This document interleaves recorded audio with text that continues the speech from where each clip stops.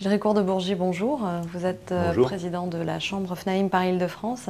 Alors la dernière fois, nous avions parlé ensemble de la crise du logement par rapport à une intervention que Cécile Duflot avait faite au sujet de la loi Allure. Cette fois, je vous propose de parler de la GUL.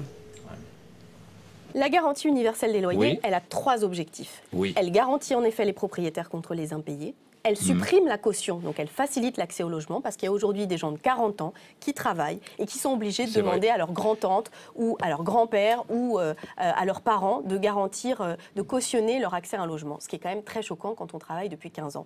Et troisièmement, elle permettra de prévenir les expulsions, c'est-à-dire d'identifier les situations où il y a un impayé qui s'accroît et on a abouti à des situations dramatiques. Alors que pensez-vous de ces 3 points?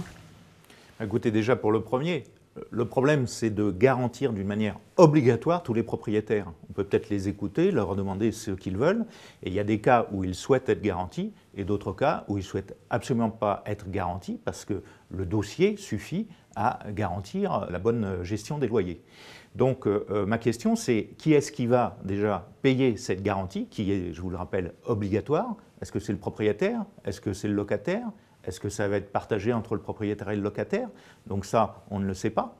Et puis, d'une manière générale, de toute façon, le fait de la rendre obligatoire, c'est créer un risque évident d'une deuxième sécurité sociale, je dirais, du logement, avec le déficit que ça peut représenter. D'accord. Et en ce qui concerne le cautionnement? Le cautionnement, actuellement, quand on ne prend pas une garantie des loyers impayés complémentaires, est autorisé. Et il a son efficacité pleine et entière. Donc le supprimer d'une manière arbitraire, là encore, ça me paraît dangereux et inapproprié pour un certain nombre de locataires. Par contre, organiser le non-cumul de la caution d'un côté et de la garantie de l'autre, ça existe déjà dans la loi, donc il faut continuer à appliquer la loi. Même chose sur les expulsions?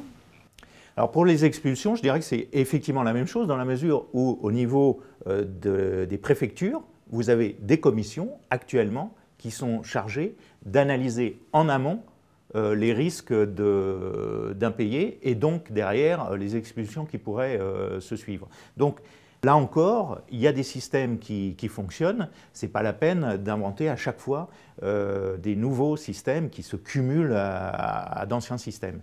Et puis je voudrais quand même préciser un point. Sur le problème des expulsions, tout se joue effectivement, comme dit Madame la Ministre, en amont. Plus vous allez prévenir les expulsions, moins il y aura d'expulsions à faire. Et ça, je voudrais souligner le rôle incontournable de l'agent immobilier, justement. Parce que le stigmatiser d'un côté, c'est une chose. On pourrait aussi reconnaître qu'en gros, il y a la moitié des expulsions qui viennent déjà du parc public.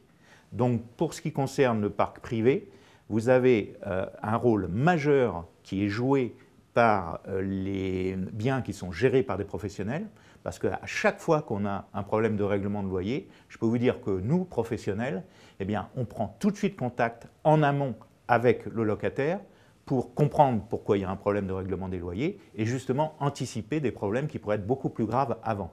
Donc là, l'élément clé pour anticiper, c'est la personne qui est le plus proche du locataire. La personne qui est le plus proche du locataire, ce n'est certainement pas une commission préfectorale, c'est d'abord et avant tout l'agent immobilier.